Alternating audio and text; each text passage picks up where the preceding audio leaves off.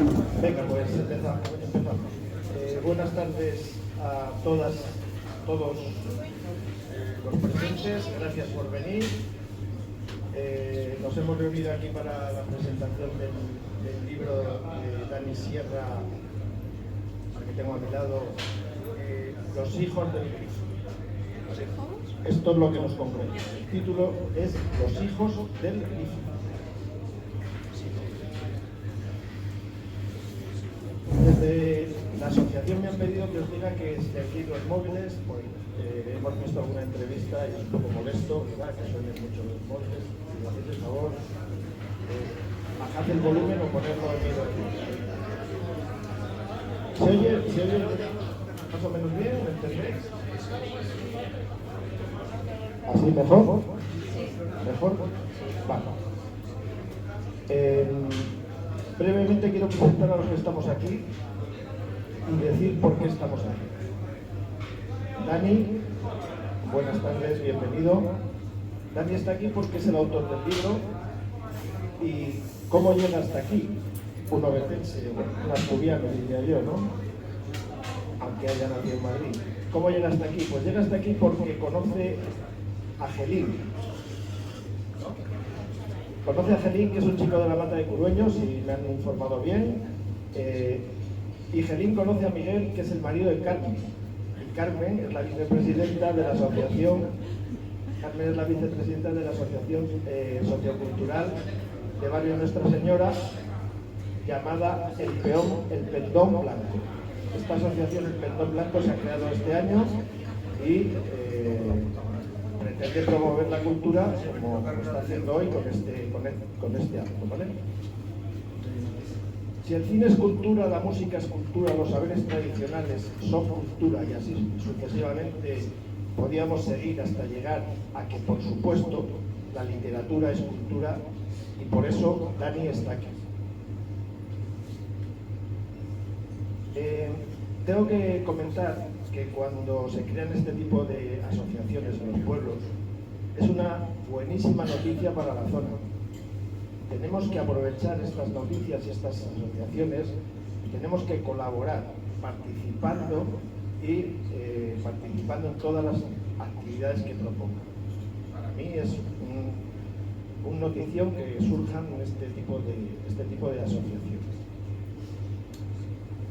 Julia y Carla, buenas tardes, están aquí en calidad de entrevistadoras. Me van a ayudar haciendo alguna pregunta y sobre todo en calidad de estudiantes. Son de segundo de bachillerato, están en el Instituto Pablo Díez de Boñar y la literatura y la educación pues están absolutamente relacionadas. Supongo que tenéis examen de literatura, en la EBAU, antigua selectividad, entra la literatura y, ¿qué decir? Que sin lectura comprensiva no podemos aprender y para conseguir esa lectura comprensiva hay que leer mucho, eso lo sabemos. Yo soy Augusto y estoy aquí en calidad de presentador del libro de Dani Sierra y en calidad de entrevistador, porque me lo ha pedido Carmen. Carmen, supongo que me lo haya pedido porque le doy clase a su hija, supongo que sea una de las razones. Entonces, yo quiero decir que yo me dedico a las matemáticas, soy profesor de matemáticas y estoy haciendo de aprendiz de presentador y de entrevistador. Hoy es el segundo libro que presento, pues el anterior fue Distintas formas de mirar el agua, de Julio Llamazares. Estuvimos con él en Boñar, en el ayuntamiento, haciendo una especie de presentación y una charla coloquial. Para mí es un honor y os doy las gracias por haber contado conmigo, ¿vale?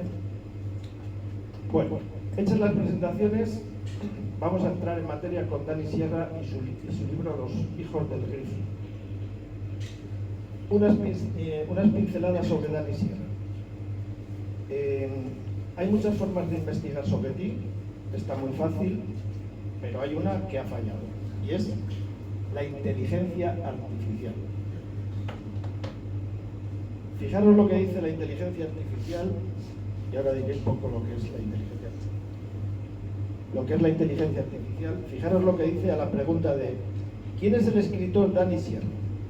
Pues la inteligencia artificial nos salta como Dani Sierra es un escritor ficticio creado para este ejemplo. No corresponde a ningún autor real. Mentira claramente porque le tenemos aquí como autor del libro.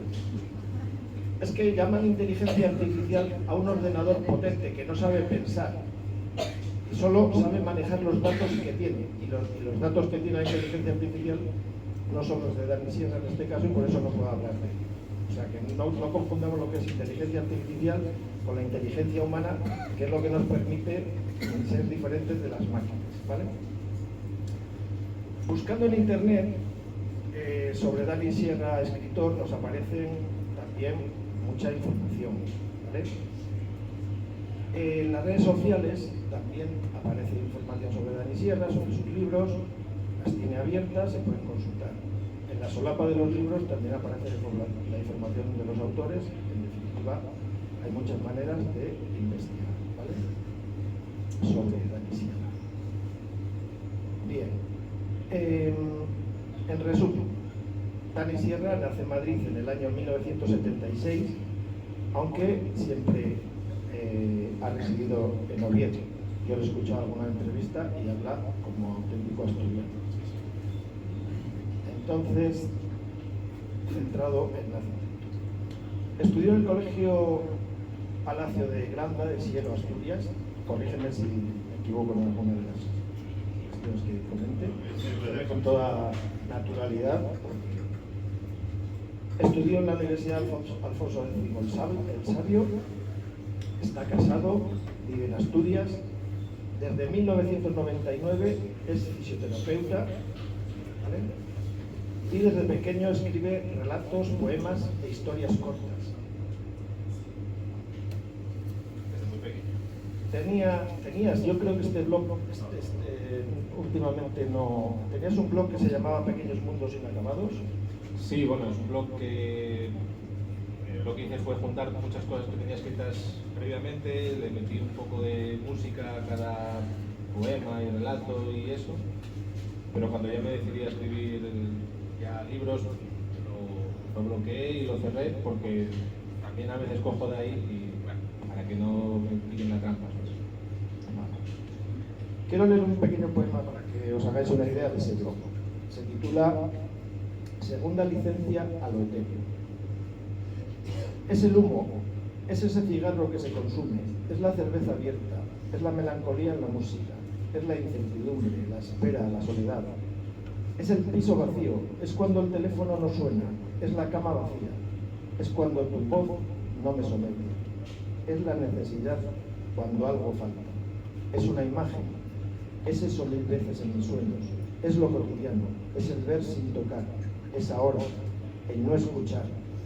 Son mis nervios, son 2 noches sin dormir, son los días y las noches. Es un océano de lágrimas que se escurre entre mis dedos porque te tengo y no te tengo. Es uno de los poemas que aparece en su blog, ¿vale? Ha escrito 2 obras cortas de ciencia ficción, Soles de Primus y Antes de que el cielo arda. Tenemos por ahí los libros.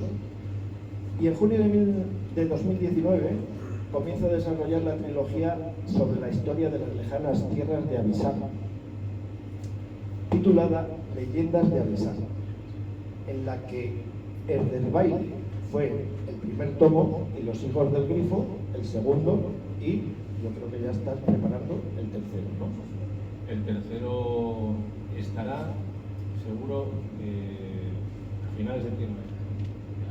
Bueno, seguro no se puede asegurar nada, pero vamos, ya me queda nada por terminar. La editorial ya me dijo que en enero, y en enero lo tienen, y en julio estará. Como decimos los matemáticos, pues un 99% de probabilidad. Los hijos del grifo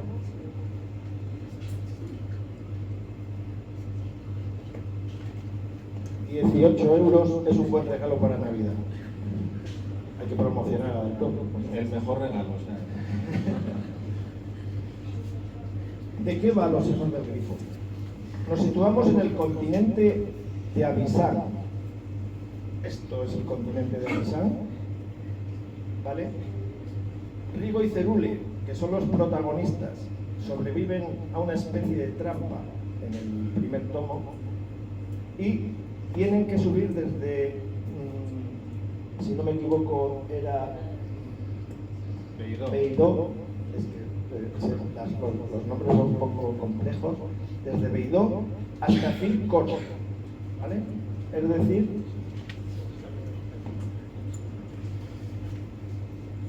dentro del continente sería ir desde aquí, por aquí, hasta Circoro, que está aquí. Es más o menos donde se desarrolla la aventura,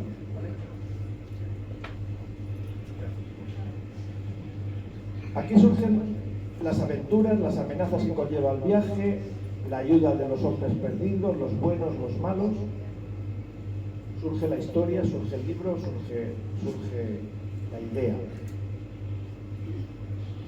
¿Qué nos dice la inteligencia artificial sobre el libro Los hijos del grifo? Se lo he preguntado antes a ver si me permitía leerlo, me ha dicho que sin problema, que podemos leer lo que pone ChatGPT sobre esto, y luego le preguntaremos qué opina. Bueno, me ha hecho hasta una imagen para sacar el libro. O sea que es lo último que yo digo y empezamos con las preguntas, dice: bienvenidos al fascinante mundo de los hijos del grifo. Esta cautivadora obra nos sumerge en un universo repleto de misterio. Un momento, que es que esta cautivadora obra nos sumerge en un universo repleto de misterio, magia y aventuras épicas. Este libro nos hace conocer a un grupo de valientes jóvenes que descubren que son descendientes de una antigua y poderosa estirpe de seres míticos, los grifos, con habilidades especiales y un destino marcado. Se embarcarán en un viaje lleno de peligros y desafíos, desde donde deberán enfrentarse a enemigos terribles y desentrañar secretos ancestrales para salvar a sus reinos. Acompañados de personajes entrañables y carismáticos, nuestros protagonistas vivirán emocionadas aventuras, explorando tierras desconocidas y enfrentándose a criaturas fantásticas y descubriendo la importancia del valor, la amistad y el sacrificio. Los hijos del grifo, esto es lo que más te va a gustar, es una historia que atrapará a los lectores de todas las edades con su narrativa envolvente, sus giros inesperados y su mundo de fantasía detalladamente construido. Dani Sierra nos transporta a un lugar lleno de magia y maravillas, donde cada página es una invitación a dejarse llevar por la imaginación y vivir una gran aventura. Si buscas sumergirte en una historia llena de emoción, intriga y fantasía, no puedes dejar pasar la oportunidad de adentrarte en las páginas de Los hijos del grifo. Prepárate para vivir una experiencia inolvidable. ¿Qué te parece? Las primeras dos tercios no tienen mucho que ver, el último es tal cual. Emocionante, buenísimo, lleno de misterio, de aventuras y de todo eso, sí. Eso está muy acertado. El otro, bueno, pinceladas. Si nos saca hasta una imagen que podría ser de aventura. Vale, hemos hecho las presentaciones, vamos con el protagonista, comenzamos con las preguntas sobre el libro. Cuando empiezas a leer el libro, Daniel, te das cuenta de la cantidad de personajes y de sus nombres. Sus nombres son griego, que hemos dicho, Cerule, pero vienen también Giroud, Otter, Melende, Merno, Gida, Valde, Molenta, Yusek, Arbalecan, Lidene, Kremlán. ¿Das algún consejo al futuro lector? Respecto a los nombres, sí, a ver, los nombres al final realmente es como cuando lees cualquier libro. No todos los nombres son importantes, no todos los personajes son importantes, a veces simplemente están ahí porque tienes que nombrarlos, como cuando lees algún libro en español y te hablan de Pepe el panadero, no te vas a acordar de que hemos llamado al panadero dentro de 2 páginas porque he sido relevante. En este caso, pues igual. te acordarás de los nombres que son importantes y que se repiten y se repiten y se repiten, y al final realmente tampoco importa si es Cerule o Cerul o Carul, no me acuerdo muy bien, pero sabes que es una chica que tiene 15 años, que tiene el pelo rizado y que es la protagonista. Pues con eso te quedas. Al final, los nombres, si realmente al final te dedicas a estudiar la historia y te gusta, y de hecho ahora voy a leerlo 3 veces y voy a hacerle una reseña y voy además a destriparlo, entonces sí, te acabas acordando de todos. Pero realmente los nombres en sí no son importantes para el que lee, sino... Y además, yo aconsejo que si lo leen, que no se atoren con eso, o sea, eso no le deis ninguna importancia, que no vaya a leer ninguna. Os quedáis con los personajes van a aparecer, los importantes van a aparecer muchas veces, y esos nombres os vais a quedar con ellos. No os agobiéis porque al final tengo que situaros en algún lado. Cuando escribes, al lector tienes que ponerlo y situarlo en algún lado. Esto es inventado, es un mundo completamente creado para esto. Entonces, todo es nuevo, con lo cual es como si vas a, yo qué sé, a Hungría, por ejemplo. Tampoco vas a conocer nada, los nombres húngaros y nada. Pues esto es lo mismo. O sea que no, si lo lee alguien, que no se agobie con los nombres. Para escribir estos libros hay que leer mucho. ¿Quién te inició en la lectura? Bueno, yo leo desde que se lee, claro, evidentemente. Pero mi madre, por ejemplo, pues siempre nos metía en la cama con un cómic, sobre todo, y cuentos. Y era una cosa que siempre reclamábamos. O sea, cuando teníamos gripe y nos teníamos que quedar en casa, pues un par de cuentos y un zumo de naranja. Cuando íbamos a la cama, pues cuentos. Así todo, pues desde Mortadelo y Filemón hasta, yo qué sé, cualquier cosa de esas. Y luego ya cuando sí que ya empecé a interesarme por algo un poco más serio, pues mi tío, por ejemplo, uno de mis tíos, pues también leía mucho fantasía y mucha ciencia ficción y todo eso. Entonces él me habló del Señor de los Anillos, me lo contó, yo tenía 8 o 9 años. Y cuando a los 9 años o algo así lo leí, lo leí a los 9, a los 10, a los 11, a los 12, a los 13, a los 14, a los 15, lo leí como 10 veces, más o menos. Y ya, pues, me bebí toda la fantasía que pude, porque además es lo que me gusta, es decir, el mundo real ya lo estoy viviendo todos los días y el fantástico es el que yo puedo manejar. Pues eso me gusta. Gracias. ¿En qué lugar de la Tierra te has inspirado para situar el continente de Avisán? Parece que recuerda un poco a Escandinavia, pero yo te quiero preguntar también qué tienen que ver los lagos de Sanabria en toda esta historia. Pues, bueno, voy a empezar por lo último. En los lagos de Sanabria fue donde se me ocurrió.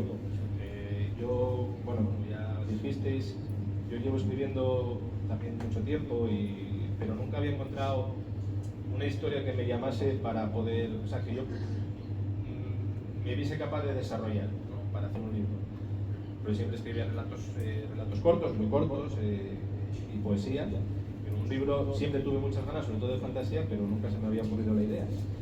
Y entonces un día, pues, en el lago, estábamos de vacaciones y con mi hijo mayor, que está aquí, estaba con él sentado mirando al lago y entonces me vino una imagen, pues eso, pues en este caso un grifo, aunque no tenga nada que ver porque los grifos no aparecen en el libro. Y se me ocurrió una historia, es un poco rocambolesca, y entonces dije, ostras, de aquí se puede tirar. Entonces llegué a la cabaña donde estábamos, se lo dije a mi mujer también, que ya lo tenía, y dice, tengo una idea que, ostras, igual vale para un libro. Y bueno, al final vale para 3. Y nada, empecé a desarrollar de ahí, no se parece nada a esa idea, pero sí que me dio como el pistoletazo. Y la otra pregunta era, ¿dónde estaba? Sí, bueno, cada localización, es decir, son muchas cosas que por donde viajé o por donde conozco. Por ejemplo, el libro empieza en una zona que yo, para mí es Somiedo, en Asturias, pero luego también pasa por León, es decir, por León, la segunda zona pues, donde se mueven en el primer libro también se podría un poquitín asemejar con la zona de León, luego los montes, no sé, por los Pirineos, en fin, todo un poquitín por aquí, pero que también tiene características escandinavas, como dices tú. pero bueno, voy tocando un poquitín todos. De hecho, en el tercer libro, por ejemplo, ya me voy a coger un barco y se van a una isla, a unas islas que tienen una bastante similitud con Japón. Entonces, bueno, vas cogiendo un poco de aquí y de allí y coges lo que te interesa y descartas lo que no te interesa. Rigo y Cerule son los protagonistas de esta historia. ¿Nos cuentas algo de ellos? Bueno, Rigo y Cerule son dos de los 4 hermanos que empiezan el primer libro. Son hijos de un herrero y el primer libro comienza precisamente cuando alguien va a buscar a ese herrero. Os lo cuento porque son las primeras páginas y no os destribo mucho. A ese herrero pues lo van a buscar, lo matan, pero no entienden, ellos no entienden por qué lo matan, pero sí entienden que tienen que largarse de allí pitando. ¿Y por qué? Porque a ellos los persiguen también y no saben por qué los persiguen. Entonces, durante el libro van dándose cuenta de la importancia que tenía su padre y del por qué lo tuvieron que usar, de por qué lo mataron y por qué son ellos víctimas de esa persecución. Y bueno, a ver, realmente los protagonistas son ellos dos. Dentro de los 4 hermanos tienen más texto y más, es decir, más relevancia dentro del libro. Pero bueno, en principio, sobre todo el primer libro, sí que son los 4 los que llevan más el peso, sí. ¿Tienes algún personaje preferido? Sí, pero no lo voy a decir porque se me celan los demás. Porque además, ¿sabes lo que pasa? Que yo soy un poco, no sé cómo decirle. Igual le cojo demasiado cariño y luego cuando tengo que matarlo no quiero. Entonces, prefiero, es decir, los quiero a todos por igual porque además todos tienen su peso en el libro, aunque sea una frase o ¿sabes? Sí que es verdad que algunos de los que están no tenía pensado que tuviese tanta relevancia, pero por lo que digo, porque cada uno va cogiendo su hueco y su sitio. Entonces hay algunos que en principio iban a estar simplemente nombrados, como Pepe el panadero que decía antes, y al final son son personajes que están en el primero, están en el segundo, están en el tercero y que además van a sobrevivir. Porque ya te digo que no me corto mucho tampoco. Vale. ¿Qué es el Maseul? ¿Es una energía o es algo más? Bueno, el Maseul, a ver, yo cuando escribía el libro no tenía ninguna intención de poner nada de magia. Yo quería que fuese lo más, dentro de la fantasía, que fuese realista en todos los demás sentidos. Pero me di cuenta de que en la fantasía tiene que haber algo más. Y entonces, pues bueno, creé esta especie de magia. Es una magia muy natural, es decir, no es una magia de estas de invocaciones, ni de hechizos, ni de tal, sino una magia que además me viene un poco... la puedo extraer un poquitín de mi propio trabajo. Hay técnicas que yo empleo en mi trabajo de fisioterapeuta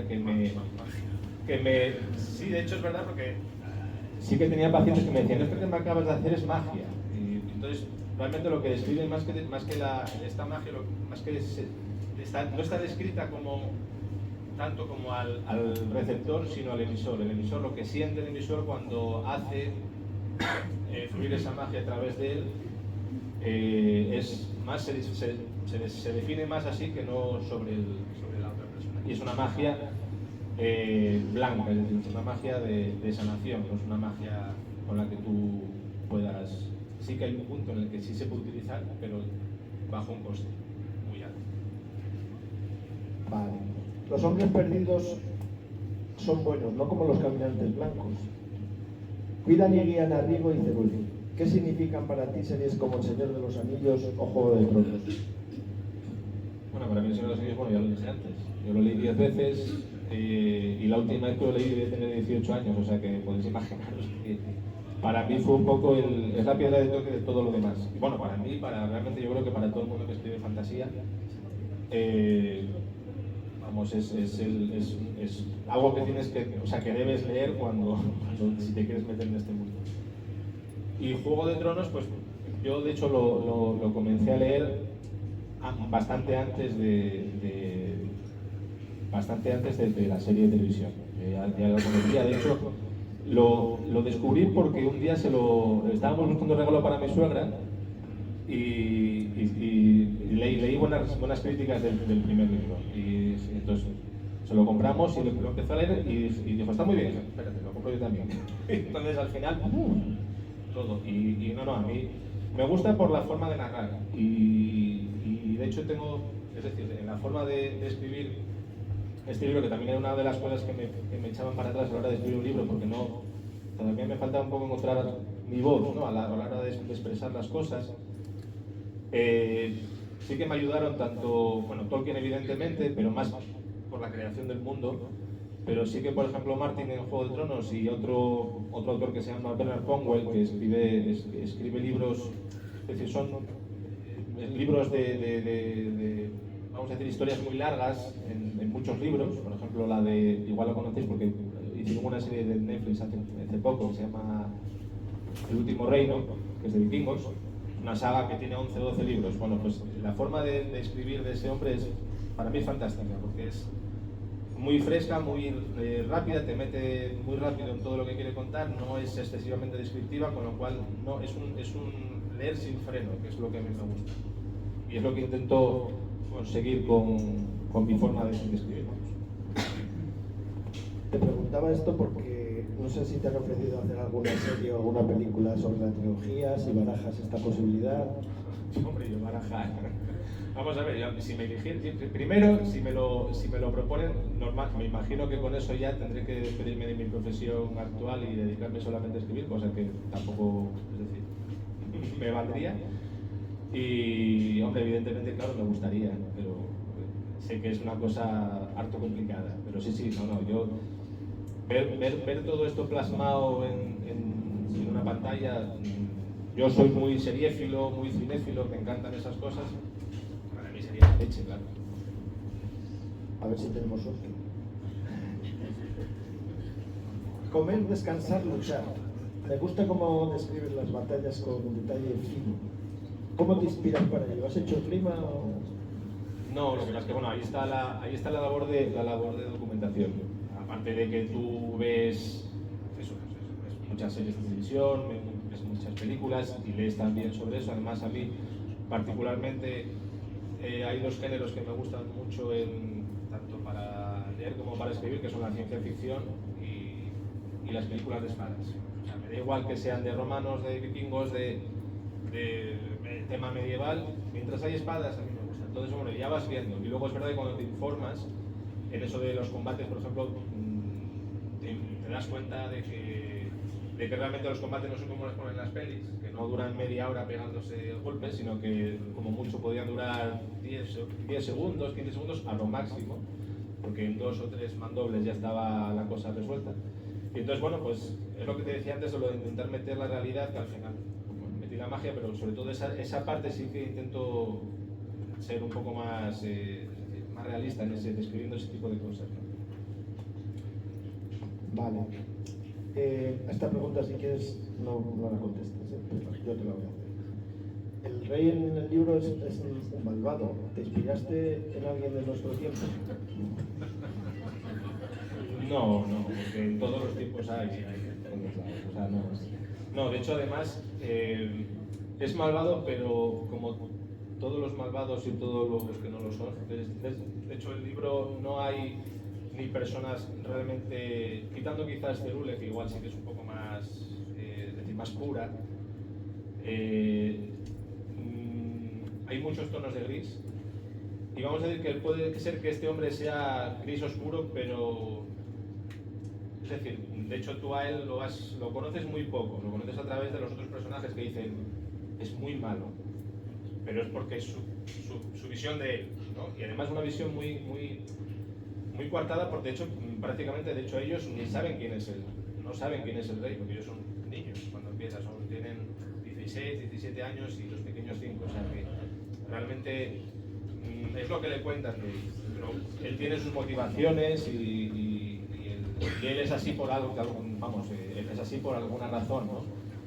Y aparte de todo, es decir, en una época tan violenta y tan, vamos a decir, tan violenta, pues claro, si alguien tiene que ostentar el mando no puede ser un personaje endeble, ¿no? Tiene que ser alguien pues con mucha fuerza, con mucha con mucha mala leche, ¿no? Para no solamente llegar, sino para mantenerse. Además estamos hablando de un tío que acaba controlando todos los reinos del continente, a pesar de ser el rey de un solo reino, y los tiene bajo su yugo porque es un tío que impone, ¿no? Entonces no es que sea malo, sino que es un tío que sabe imponerse y tiene como todos esos claros oscuros, ¿no? Vale. Las novelas de caballería, como el Amadís de Gaula y pues, este tipo de novelas, a Don Quijote le volvieron loco. Pero es una historia de aventura, en el fondo. ¿Tiene algo de paralelismo? ¿Puedes hacer un paralelismo? Bueno, yo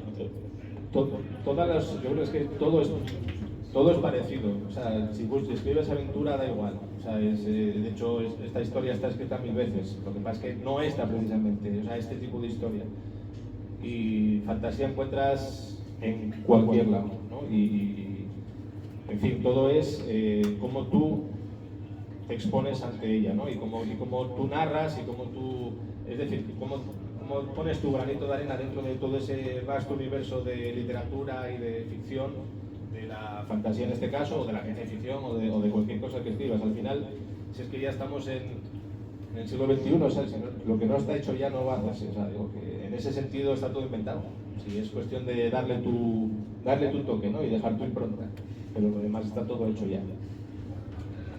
Te voy a hacer una pregunta casi matemática, y es, ¿cuántas horas has dedicado a escribir este libro? ¿Cuánto tiempo has dedicado? Bueno, a ver, el primero, pues empecé la idea en 2019, el primero, desde que salió la idea hasta que se publicó, fueron 2 años, pero bueno, yo creo que escribir serían unos 16 meses o algo así, 17 posiblemente. El segundo un poquitín menos. Es verdad que al final también fueron 2 años desde que se empezó hasta que se publicó, pero bueno, la forma tardó más tiempo en editarse. Este tercero pues será por el estilo más o menos. Estos dos son más, evidentemente, claro, son más pequeños, pero estos estamos hablando de mes y medio uno y otro un mes, pero también tienen truco, porque en Soles de Primus, que no sé cuál es son la primera mitad del libro son relatos que saqué del blog, con lo cual ya llevaba escrito desde hace 20 años muchos de ellos. Y tengo también una pequeña parte que ya estaba escrita de antes, pero bueno, sí, son libros totalmente diferentes, como son autoconclusivos también, es decir, no es tener que estar buscando una historia que se desarrolle, que busques más tramas, que se vayan entrecruzando, que vayas tal. Estos son libros de consumo rápido, muy buenos los dos, excelentes, pero de consumo rápido. Vale, ¿cómo escribes? ¿Con boli y papel o con ordenador? Yo escribo con ordenador, pero siempre tengo una libreta y una pluma, porque hay veces que no puedes estar abriendo y cerrando el ordenador constantemente, y otras veces te bloqueas, y mi forma de desbloquearme es tirándome en el sofá, dejando a mano todo lo que yo pueda para si acaso se me ocurre. Y también, pues, por ejemplo, en el cuarto de baño,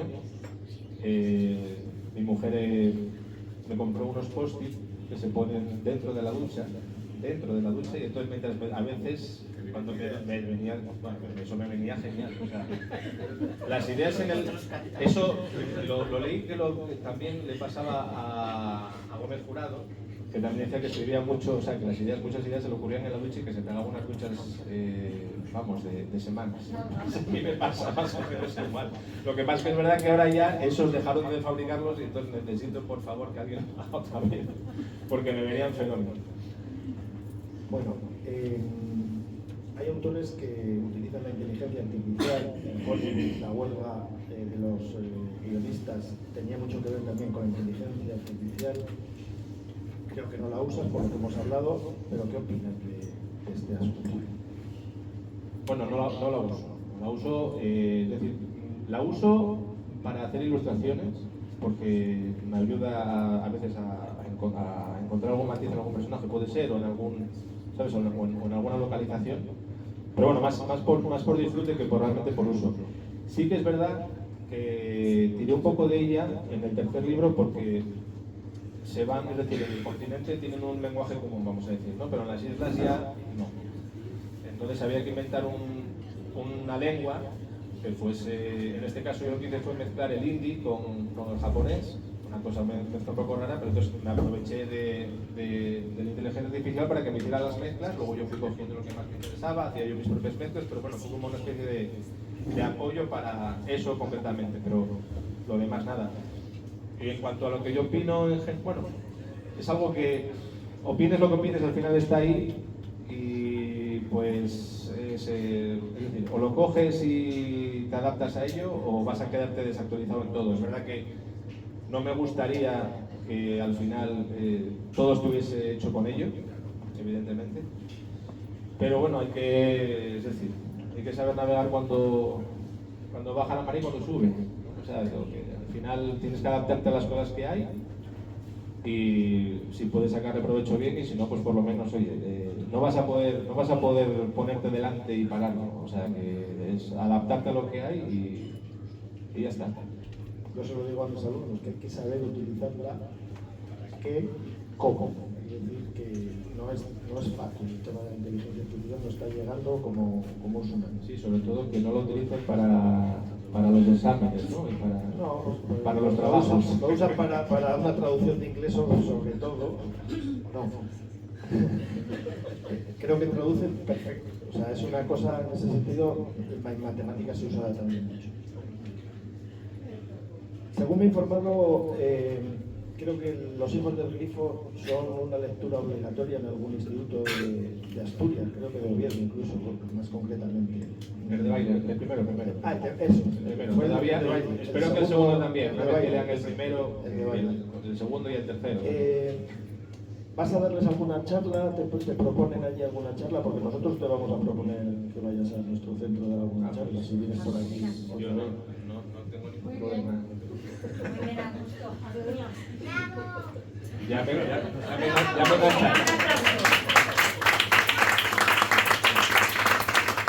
Sí.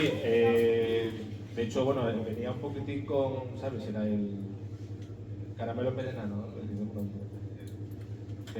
Vamos a leer el libro, pero luego vienes para hablar. A mí, a ver, ya ves que no me cuesta nada hablar, ¿eh? O sea, no tengo ningún problema y como me tires de la lengua puedo estar aquí hablando hasta mañana, no pasa nada.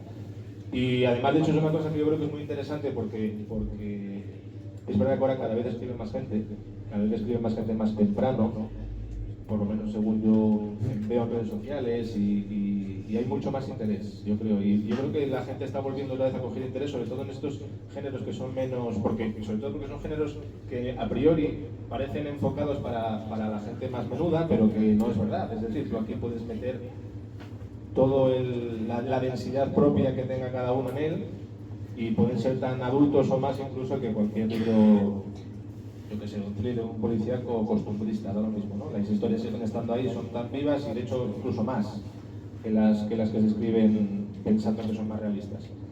Y yo creo que hacer que los chavales se interesen y está muy bien, porque al final muchas veces tienes dudas.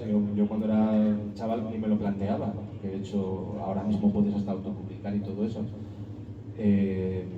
Mi sueño era escribir, mi sueño era ser escritor, pero yo con 8 o 9 años, y ahora yo, por ejemplo, en esta misma editorial hay una chavala que tiene un libro escrito que creo que tiene 13 años, me parece, o sea, que tiene un libro ya con 13 años. Y eso es echarle un poco de valor, y sobre todo si alguien te dice que es posible y que tú puedes y que no te puedes echar atrás porque pienses que tu historia no sirve, no, o sea, eso está muy bien que alguien te lo diga, y sobre todo que alguien te lo diga, bueno, pues modestamente con 4 libros publicados pues es más fácil que te crean, ¿no? Fenomenal. O sea que podemos contar con el departamento de lengua, con las alumnas que tenemos aquí presentes y contigo para hacer una charla sobre el libro en el instituto. Sí. Yo me apunto un bombardeo, o sea, no va a tener problema. Vale, vamos a abrir ahora un poco a la trilogía y te voy a preguntar, por ejemplo, ¿de dónde exactamente sacaste la idea toda la idea, la primera idea que tuviste de esto? No, lo dije, fue ahí en el... ¿Allí? Allí, fue allí. Lo que pasa es que luego es verdad, a ver, ahí... eso igual lo puedo contar luego cuando vaya a veros. Pero bueno, ahí se considera que hay dos tipos de escritores que son, aquí en España se dice brújula y mapa. Es decir, brújula es que tú empiezas a escribir y no sabes dónde te va a llevar, y el mapa es que tú lo tienes todo controlado ya, ¿no? Entonces, en mi caso soy muy brújula, ¿no? Es decir, que yo puedo avanzar igual lo que voy a contar de aquí a 2 capítulos, pero lo que sí yo tenía la idea en la cabeza era de la idea global, ¿no? Y lo que siempre me fallaba además era precisamente cuando escribiera no tener un esqueleto en el que poder apoyarme. Entonces cuando yo empezaba a escribir llegaba un momento en el que decía yo ahora no puedo tirar por aquí. Hasta que descubrí que no hacía falta. Es decir, que tú, si tienes una idea general y un punto donde tú quieres llegar, tú tienes que maniobrar para llegar a ese punto. Entonces la idea llegó fue esa, pues un grifo sobrevolando una piedra que yo pensé que era una isla y sin embargo era una parte de tierra que se metía dentro del lago, pero bueno, realmente para mí era una isla y empezó por ahí, pero cuando empecé a escribir sobre eso pensé 2 niños, yo tengo 2 niños y realmente voy a hacerlo para ellos, voy a intentar que sea un poquitín más infantil, luego no puedo porque soy un poco cafre, entonces ya un poco más adultos, y 2 se me van a quedar cortos, vamos a hacer 4 porque les voy a hacer muchas puñetas y que se repartan mejor, y fue como un poco, ¿sabes?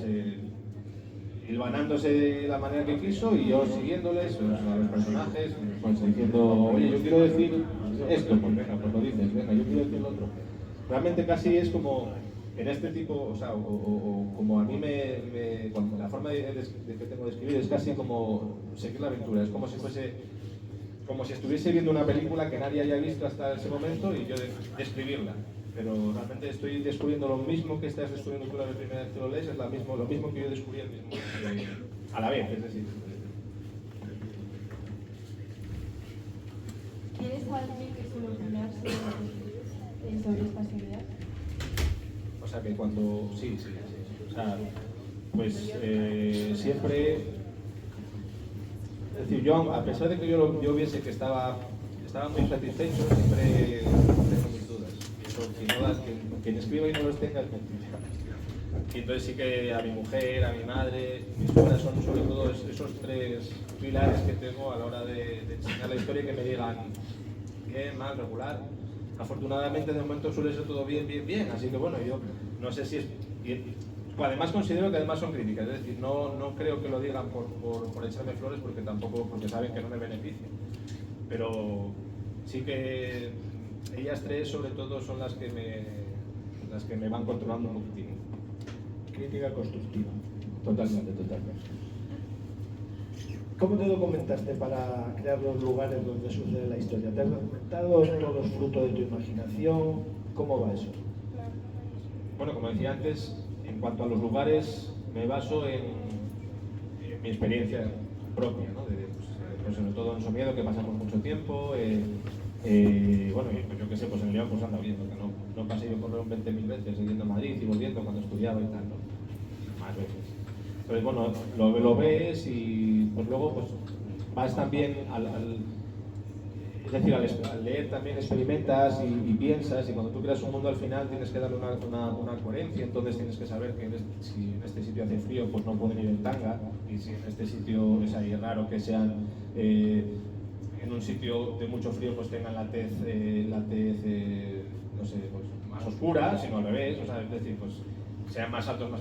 Todo tienes que tener una coherencia. Entonces, hombre, sí que es verdad que lees cosas y te informas de cosas, ves vídeos, por ejemplo, en el tema de las espadas, pues como vi muchos vídeos de escuelas de esgrima antigua, que veías maniobras. De hecho, la primera maniobra que pongo, que es cuando matan al padre, esa está no calcada, pero sí inspirada en uno de esos combates que había visto, lo apunté todo, lo tal, no sé qué, sí. Y por ejemplo ahora en el tercer libro sobre todo me estoy documentando mucho en el tema de navegación, que no tenía ni pajolera idea. Al final, es decir, yo me documento mucho, puedo tener un taco así y luego vosotros ni os dais cuenta, porque realmente de todo lo que me documenté, igual ponte, yo qué sé, 20 páginas de documentación, igual saco una línea, ¿no? Y bueno, pero esa línea tiene que estar bien, tiene que tener coherencia, no puede ser que te saque de la lectura, porque además es decir, yo no quiero eso, por eso las descripciones son muy rápidas y no me meto mucho en muchos líos, pero quiero que la gente lo lea y se divierta, no que esté ahí, pues que me está escribiendo un árbol o me está... No. Tira. Tiene que avanzar.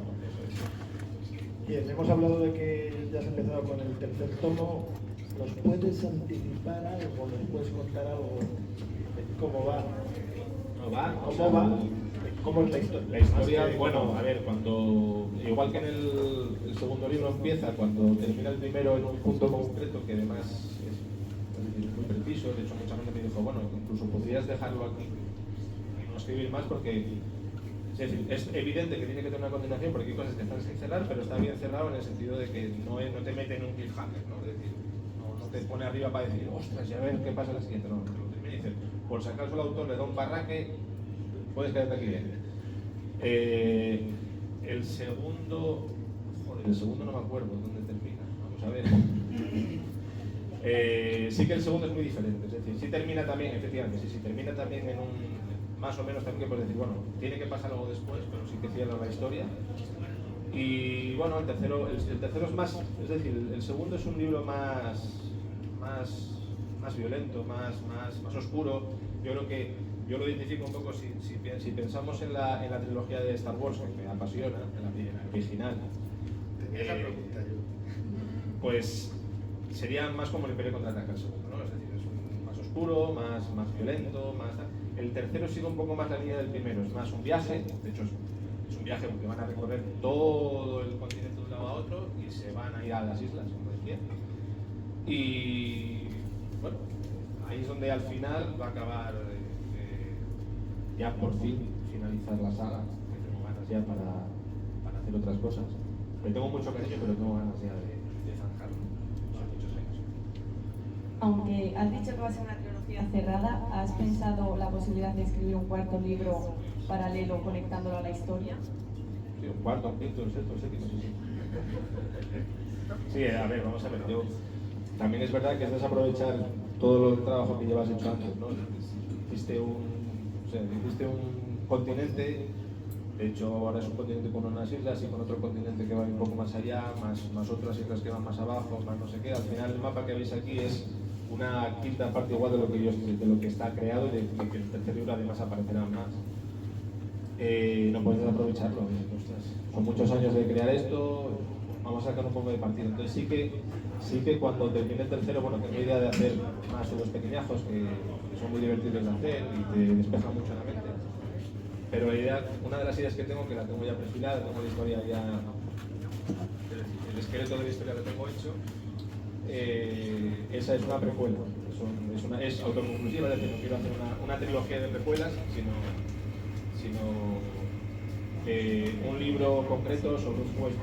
De hecho hablaría del primer de baile, 500, 200, 300, eso es lo que he pensado años antes, que de hecho es un personaje que aparece nombrado porque aparece una escultura en el segundo libro, entonces sabréis de quién, si veis el segundo libro sabéis de qué personaje voy a contar después su historia.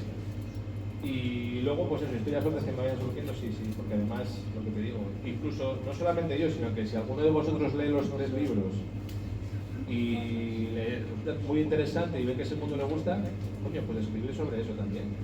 Ahí tenéis el mapa, tenéis los nombres, tenéis documentación, me podéis llamar, tenéis mis redes sociales, oye, me apetece contar una historia sobre esto, o sobre este país, o sobre este no sé qué, pues perfecto. Por mí, que crezca todo lo posible. Bueno, aunque hemos comentado un poco ya de esto que te voy a preguntar, quiero que concretos un poco. Las historias que cuentas las vives en tu cabeza y luego las escribes, o las vas escribiendo, van surgiendo y las vas viviendo. A ver, normalmente, es decir, tengo una idea bastante difuminada. Y lo que decías, se va escribiendo sobre la marcha. Sí que es verdad que hay historias que son un poquitín, por ejemplo, en este, yo tengo una historia escrita que también se desarrolló de forma automática, sin pensar en ella, pero una historia que me gustaba mucho, que era además una historia planteada en el presente, en Francia, y quería encontrarle casa. Es decir, dijo, esto me encanta. Yo creo que además para mí emocionalmente fue lo mejor que escribí en mi vida. Fue algo además que fue el que me lanzó a decir, igual puedo escribir algo más, ¿sabes? Y quería meterlo en algún lado. Y entonces se me ocurrió la idea de decir, bueno, pues voy a quitarle todo lo de ahora, voy a ponerle naves espaciales, voy a ponerle, yo qué sé, pues, plastics y cosas de estas. pero la historia principal de amor intenso que hay en el libro, esa era el relato, la voy a dejar ahí y va a ser el punto principal. Entonces, bueno, aparte, eso fue un poquitín como una flor, ¿no? Tienes la semilla, abre y vas, pero en ese caso es así. En los demás, bueno, pues paso un poquitín. En el de Soles de Primos, por ejemplo, fueron relatos cortos que ya había escrito y dije, bueno, a ver, ¿cómo puedo aprovechar? De hecho, eso fue una idea un poquitín, me acuerdo que además eso surgió en el cumpleaños de mi sobrina, hablando por teléfono. No, de mi sobrina, en su cumpleaños.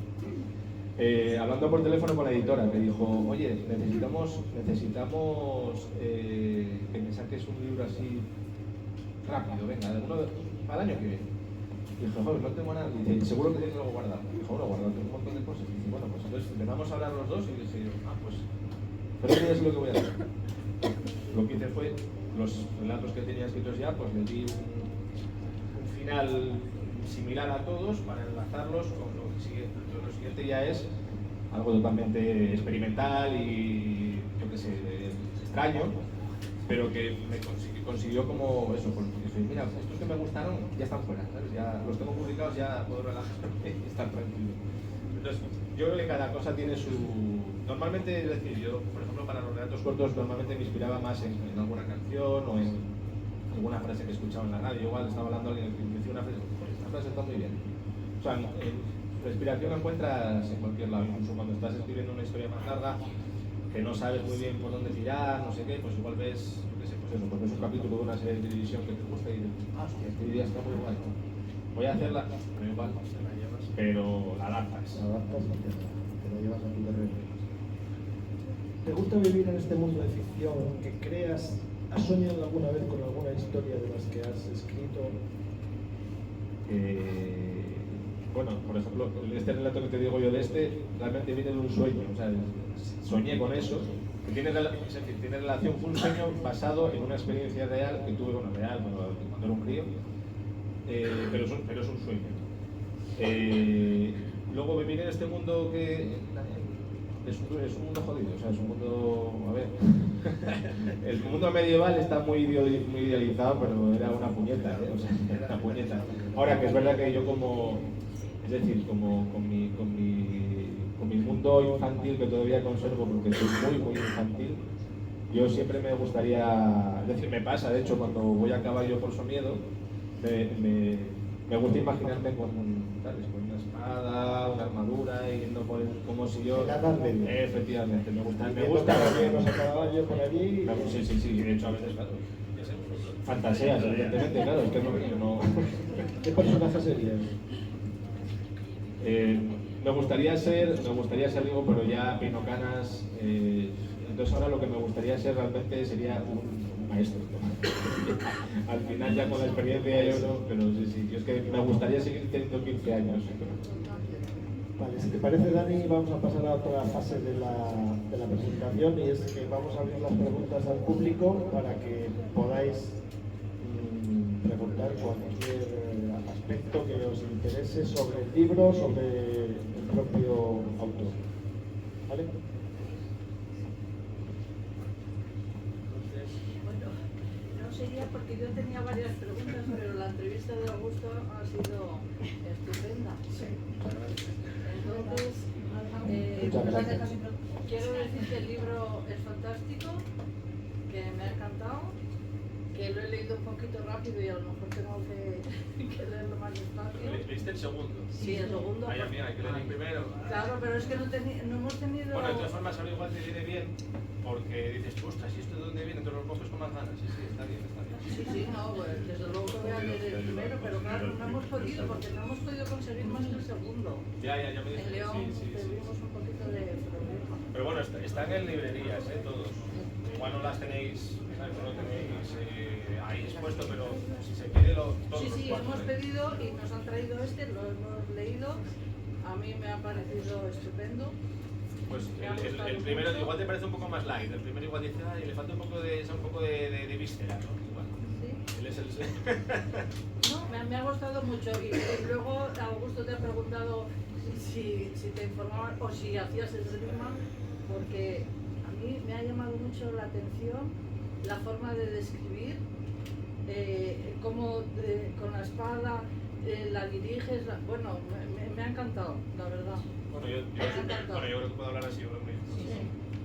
Y yo, es que bueno, aparte de ver los vídeos, yo no es que haga el gesto porque me puedo dislocar, ¿sabes?, cualquier hueso, porque ya uno va teniendo una edad, pero sí que es verdad que yo las peleas y las vivo mucho. Las repaso 20.000 veces en la cabeza, si está bien, si le falta algo, si me pasé, y como además trato que sean rápidas, o sea, intento que sean realistas en el sentido de que no pueden estar 50 páginas peleándose, pues yo las disfruto mucho y cuando termino digo yo, ¡buah! De hecho es más, ayer le decía a mi mujer que ahora viene la ensalada de tortas, o sea, ahora ya me viene la última parte del libro, me quedan 4 capítulos me parece por terminar, que espero que termine bien, como muy tarde la primera semana de enero, y ahora ya viene eso, esta parte ya es la ensalada de tortas, o sea, hasta ahora ya os puse aquí y dice, venga, ya te estoy preparados, venga, pues sale, a tumbaros, y entonces eso ya, normalmente lo escribo más rápido porque me emociono mucho, me presta mucho escribir eso porque es acción pura, ¿no? Nada, enhorabuena. Pregúntale, te va a preguntar mi sobrina. No, pero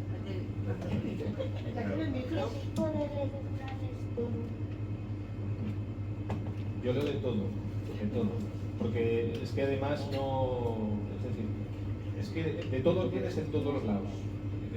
De fantasía, puedes encontrar fantasía en cualquier lado, puedes encontrar, aquí puedes encontrar cosas que no tengan que ver con la fantasía absoluta, puedes encontrar cosas de los peores, pero cómics de superhéroes, cómics, vamos a decir, realistas y duros como, yo qué sé, pues como Berlín o como ¿cómo se llama este saco que habla de Palestina? Pues cosas de estas. Mortadelo y Filemón, Tintín, Super López, novelas de terror, novelas de cualquier cosa. O sea, todo es válido porque además en todo vas a coger algo para ti y si no te gusta cierras y otro, porque hay 80.000 libros y 80 de todo. O sea que yo recomiendo a la gente que estéis empezando a leer y eso, que leáis de todo, de cualquier género, porque de todo sacáis cosas y además hasta que no lo leéis no sabéis si os gusta. Entonces yo creo que es experimentar, sobre todo seguro, o sea, leer de todo. Además todo vale, es decir, no, es que solamente lee cómics. Los cómics son una maravilla y sobre todo para empezar a leer, y yo sigo leyendo, me encantan los Reyes Magos, tenéis que leerlos. Son todo cómics. O sea, cualquier cosa. Y no digamos lo que ayuda a la educación, la lectura comprensiva que hablábamos antes, que para entender cualquier investigación que estéis haciendo, pues es leer y comprender lo que para ello leer y leer. Más preguntas. Luego, por experiencia, sé que me vais a acabar preguntando aquí, cuando firme, si me veis alguno, o sea que igual vale más que lo escuchéis todo. Hay que animarse a preguntar, venga. Sí, que mola, venga.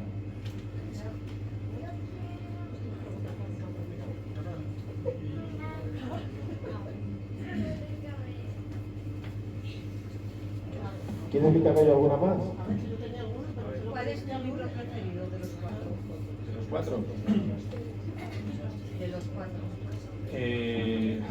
Es que no lo sé. Porque es que, ¿sabes lo que pasa? Que cada uno tiene su... Sí, a ver, yo siempre voy a preferir sentimentalmente este, que es el primero de los grandes, respecto al segundo, incluso respecto al tercero.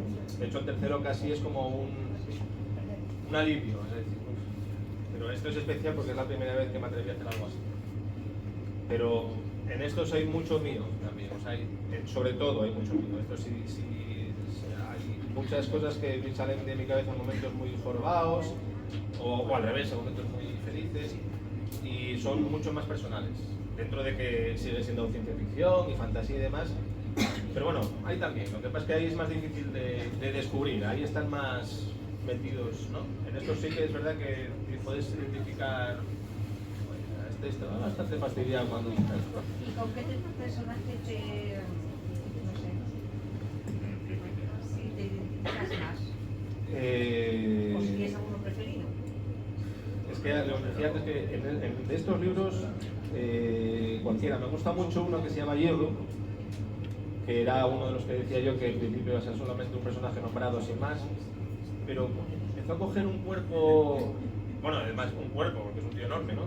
Pero empezó a...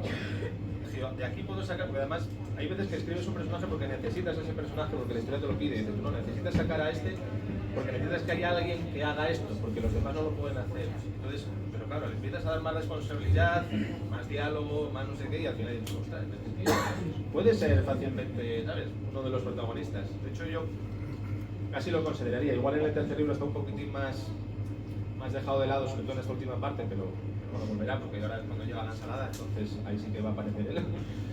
Y de estos, a ver, este de aquí es el inicio, espero el inicio de una serie de libros cortos, autoconclusivos también, pero basándome en el mismo personaje, pues, como el coyote, el zorro y todos estos, ¿no?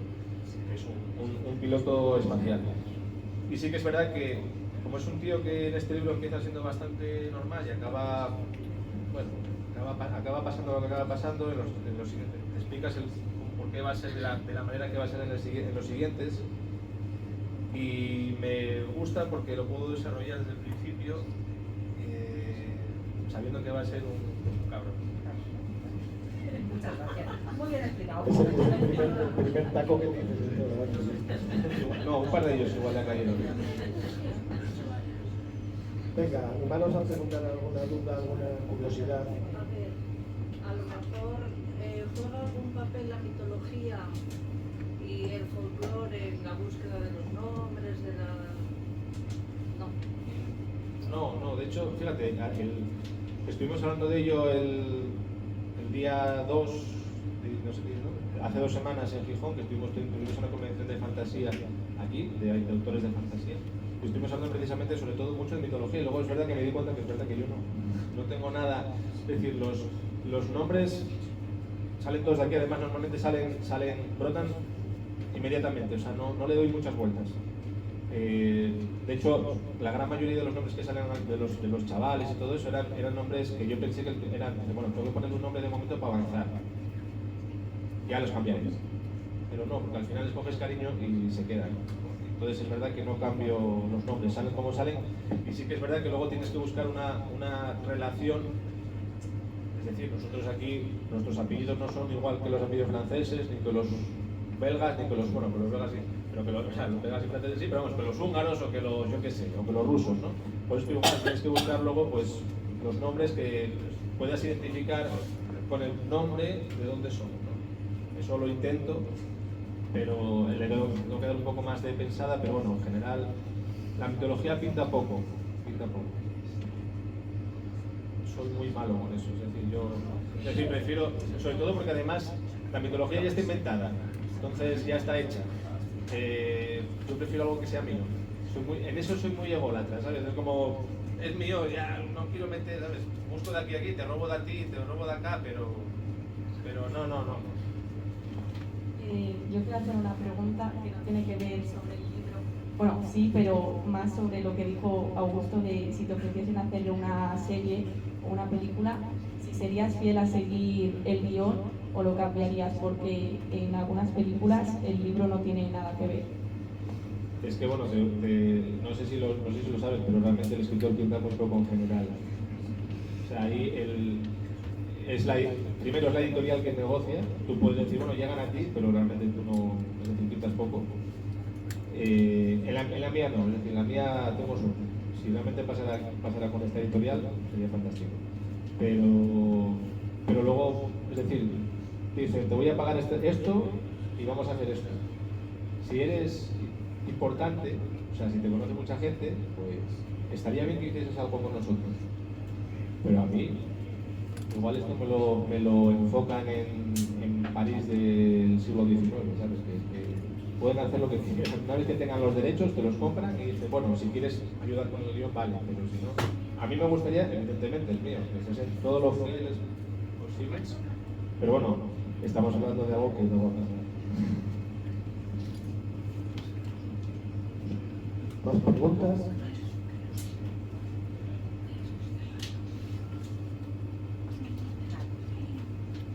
En cuanto al relato de la historia, ¿tú tenías claro desde un principio como el final, o lo fuiste cambiando a medida que te ibas escribiendo? Mira, eso es curioso porque yo cuando empecé a escribir, o sea, cuando empecé el libro de verdad, ya no con la primera historia, sino cuando ya empecé a escribir, lo primero que escribí fue el principio, pero en mi cabeza ya estaba el epílogo, no el final, sino el epílogo. O sea, yo ya sabía cómo iba a pasar después, 20, 30 años después de que terminase la historia. La duda que tenía era quién iba a estar ahí para contar. Y el final, más o menos lo tengo claro, o sea, lo tenía claro desde el principio, pero fue oscilando. Porque de repente dije, uy, este ya no puede estar en el final, porque me lo acabo de cargar. O este tiene que ser aquí o allá. De hecho, le estoy dando muchas vueltas, porque claro, es verdad que cuando tú empiezas a escribir, intentas ir así, pero vas siendo así. Entonces, igual el primer libro querías sacarlo aquí, lo terminas aquí. Pues si quieres llevarlo aquí, tienes que ir por aquí otra vez, pero igual en lugar de terminar aquí, terminas aquí. Cuando quieres llevarlo donde tú querías, que no vas a poder, porque ya te fue dando tantas vueltas. Entonces, la idea está, y la idea es la misma, pero no es decir, no cómo va a estar contada ni quién va a estar presente para contarlo. El epílogo sí, el epílogo ese es el mismo. De hecho, no lo tenía escrito, pero en la cabeza está, y lo tengo escrito 1000 veces en la cabeza. Tengo folios escritos del epílogo con la idea general y ciertas frases que quiero colocar. Eso sí, desde el principio. Es como decir, bueno, tengo esto y ahora voy a hacer esto. Entonces tengo esto y tengo esto. Entonces lo demás va creciendo. Nada, transmites un disfrute y un placer tremendo cuando escribes. No, es que si escribes y no disfrutas, no escribas. De hecho, es que no vas a poder. O sea, no, si no estás disfrutando lo que estás haciendo, lo dejas. Pero es que escucharte cómo cuentas y cómo hablas de los momentos de decisiones de matar a un personaje, se nota, pues eso, que disfrutas de la escritura de manera fuerte. Sí. Y cuando los mato disfruto mucho también. Porque el descubrir cómo lo hago. ¿Más preguntas? En el libro, bueno, el primero no lo he leído, pero hay unos personajes que son el de baile y otros de... El de baile no es un personaje. Bueno, El de baile es una... O sea, es una característica de un personaje. Bueno, sí, efectivamente. En este, el de baile es la chica. No lo destripo porque La Vera. La pregunta es ¿por qué podía ser un chico? ¿O podía ser otro chico? ¿O podía ser...? ¿Que por qué decidí que fuese una chica? No, pues por nada especial. Es lo que digo, la historia se va creando sola, entonces al final dices tú, vamos a ver, tengo cuatro hermanos, ¿no? Pues todos tienen una característica X. Y yo quería que la magia fuese una magia blanca. De los 4 hermanos, que a priori son todos buenos, pero uno trabaja con el padre de herrero, otro caza, y los otros 2 son muy pequeños para ser hermanos. Pero a la niña le gustan las plantas, le gusta curar, le gusta cuidar a su caballo. Aparte que le da, no sé, yo encontré un matiz en esa cría muy, no sé, de hecho, a priori el personaje más fuerte y que iba a ser el que iba a llevar todo el peso de la historia iba a ser uno de ellos, uno de los mayores. Pero es que no, o sea, encontré que la niña era perfecta, o sea, me encanta, o sea, y dices tú, pues, es la que tiene que llevar el peso, la que tiene que soportar al final. Lo que decía que metes muchas cosas y tú estás viendo, o intento plasmar la evolución de los personajes, es decir, son críos, todas las cosas que le pasaron, al final ya son adultos que podían tener 80 años perfectamente con todas las puñetas que les hice pasar.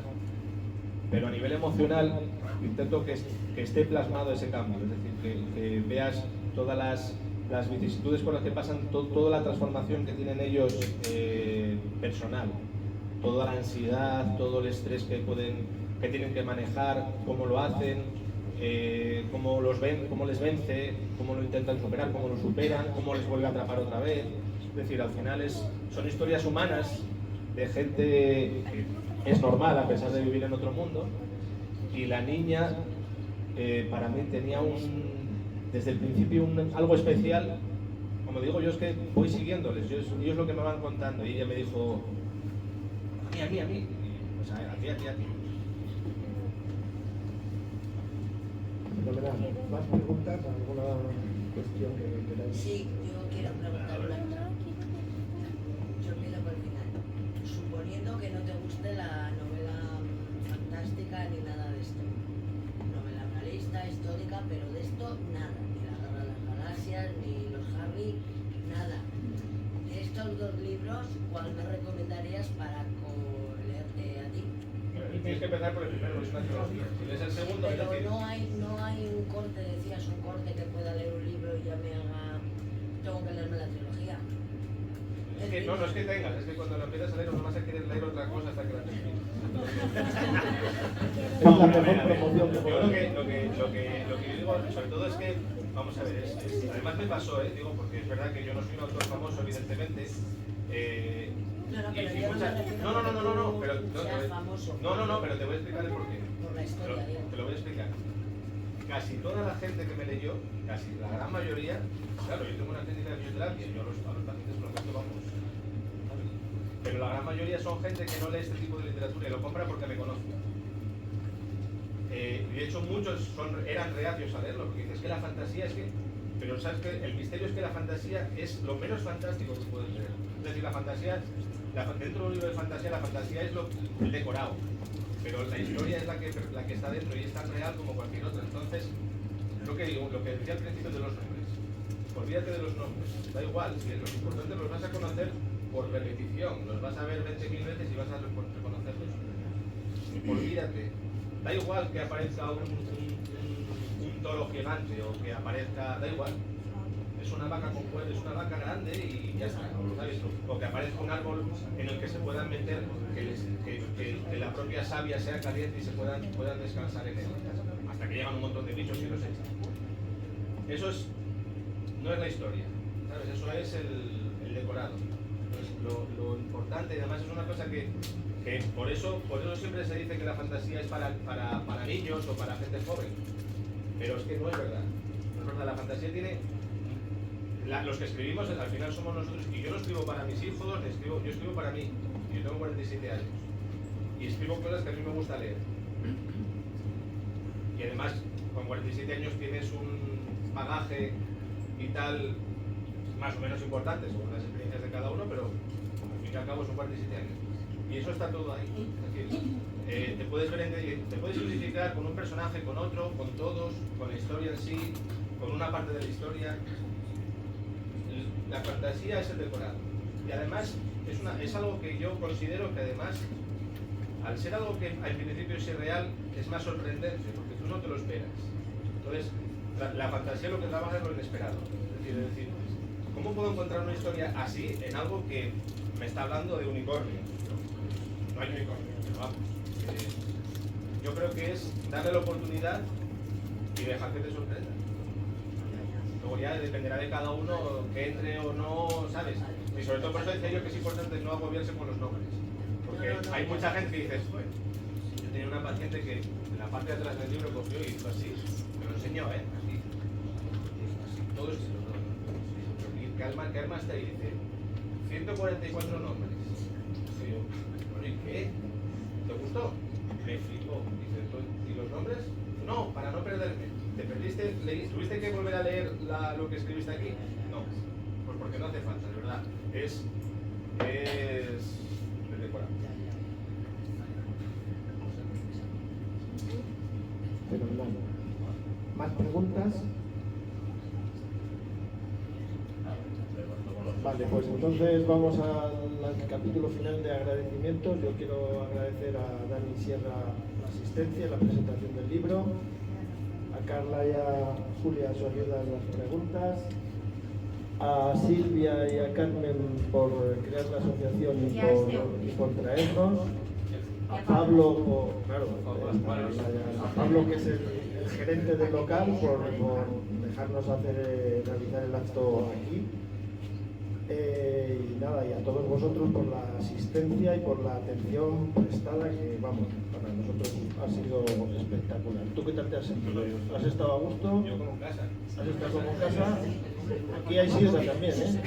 No, yo no soy muy de sidra. Ah, bueno, pues nada. Pero no, yo os tengo que agradecer a todos la oportunidad. O sea, yo de verdad que me abruma ver tanta gente y además, bueno, pues veo las caras y digo, yo, pues igual lo que digo interesa, ¿no? Y me presta. La verdad es que os agradezco muchísimo el haber estado aquí y escucharme, porque bueno, al final no me conocéis de nada y bueno, si os gustó, perfecto, y si no, pues bueno, no me lo digáis. Seguro que sí gusta. Bueno, ahora lo que me acaban de comunicar es una buena noticia, es que tenemos un vino español para todos, ¿vale? Cerramos el acto, muchas gracias.